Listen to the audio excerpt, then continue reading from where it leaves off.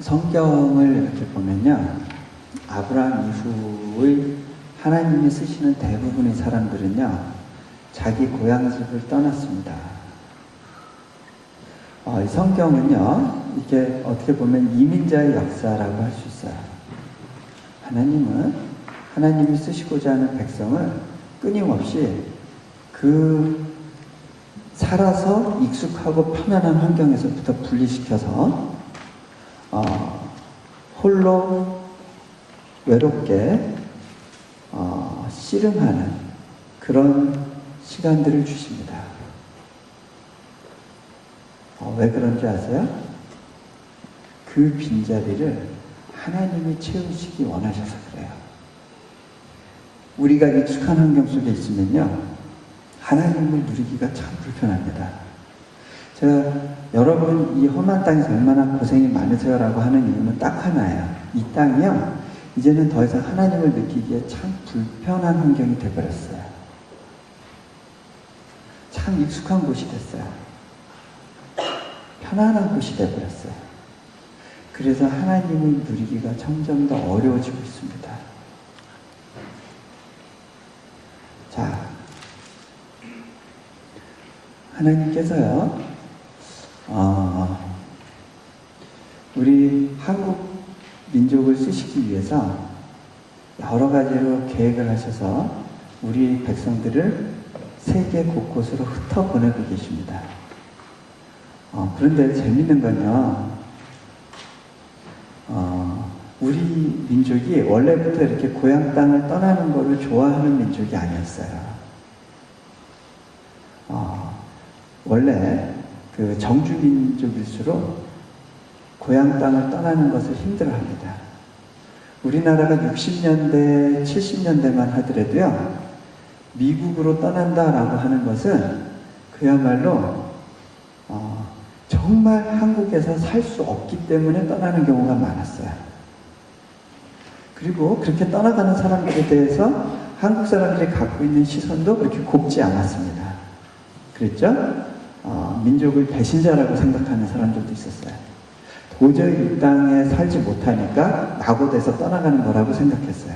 어떻게 선상을 버리고 부모를 버리고 딴 나라로 가서 사냐, 이해를 못했어요.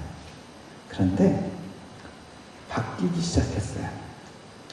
하나님께서 우리나라 백성들에게 어느 날 갑자기 여행 자유화를 허락하시고 패스포트를 마음대로 받게 하실 뿐만 아니라 그 다음에 비자 없이 갈 수 있는 나라들을 점점 많이 늘려주시고 계세요.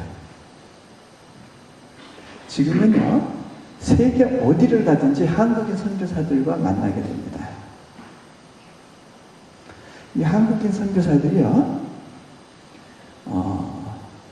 지금 미국이 세계에서 선교사를 가장 많이 보내는 나라죠. 두 번째가 한국인데, 인구 숫자당 선교사 수로 하면 한국이 1위예요. 자, 제가 이렇게 보니까 한국 분들이 전 세계로 흩어지는데 굉장히 중요한 공헌을 했던 어떤 사건이 있었습니다. 그건 뭐냐면 IMF 사태예요. 제가 미국에 있을 때 그 IMF 사태를 실제로 경험하면서 오르는 환율 때문에 고생한 적이 있었는데, 저는 그때 그게 고생이라고 생각했지만 하나님이 그걸 가지고 굉장히 놀라운 계획을 하고 계셨더라고요. 나중에 보니까. 자, IMF를 맞아서 한국에서 기업활동하기가 어렵고 도산하고 했던 사람들이요, 전부 다 많이들 떠나갔어요. 몽골로, 중국으로, 그때 중국으로 참 많이 갔죠. 그리고 동남아로. 그래서 거기에서 자리 잡고 사업을 하시는 분들이 많아졌어요. 한국 사람들이 그렇게 떠나기 싫어하는 사람들인데 경제적인 위기가 오니까 막 떠나기 시작했어요. 한국의 그 어떤 선교단체도 할 수 없었던 훌륭한 일을 이 IMF가 했어요. 그 떠나간 사람들이 다 뭘 했는지 아세요? 교회를 세웠어요. 근데 그렇게 세워진 교회가요, 그 그 지역에서 한국인 선교사들이 선교 사역을 하는 데 있어서 굉장히 중요한 역할을 합니다.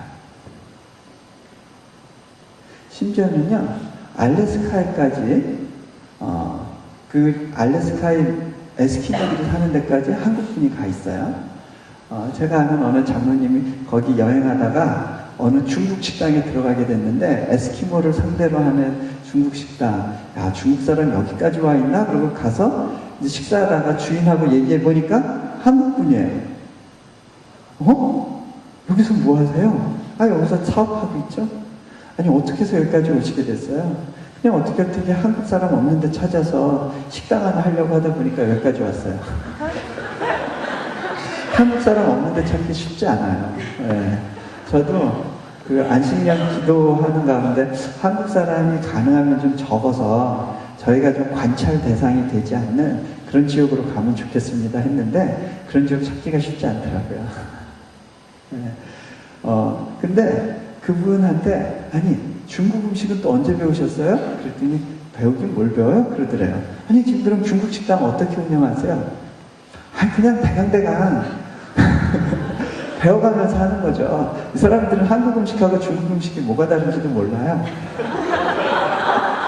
그냥 적당히 해서 낸대요. 그러면서 음식점 하면서 배운대요. 네.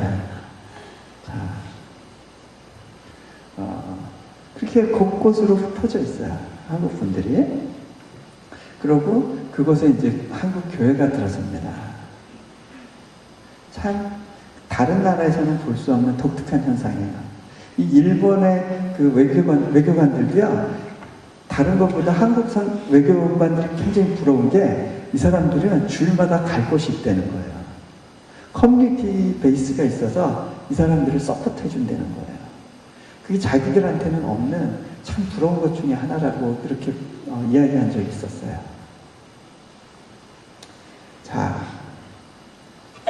그런데요, 이 한국 분들이 그렇게 한번 나가고 또 하나님은 뭘 이용하시냐면요, 한국 분들한테 있는 영어에 대한 부담감과 스트레스를 사용하세요. 그리고 한국의 영어 교육과 학교 교육을 황폐화시키셨어요. 그래서 아이들을 전부 해외로 보내기 시작했죠. 여기 그것 때문에 여기까지 오게 된 분들이 있을 거예요. 그런데 미국이 비싸니까 어떤 분들이 이제 머리를 써서 참 재밌는 건요, 한국을 떠나면 그 어느 곳에든지 영어로 교육받을 수가 있어요. 그러니까 기왕이면 후진국에 가서 물가 싼 곳에서 애들 키우면서 영어로 교육하겠다. 필리핀, 인도네시아, 말레이시아, 그 다음에 아프리카 다 그렇게 보내기 시작했어요. 어디가 물가가 싸고 좋은 영어로 가르치는 학교가 있다더라. 그 정도에 있어서 한국 학부모들처럼 밝은 분들이 없는 것 같아요. 쫙 더 보내고 애들만 가니까 불안하니까 이제 엄마까지 오죠. 그죠? 엄마가 6개월씩 와 있어요. 그렇게 해 가면서 거기 그분들이 이제 교회를 다니고 그러면서 한국 교회가 자리 잡고 이제 이런 것들이 보여지게 됩니다.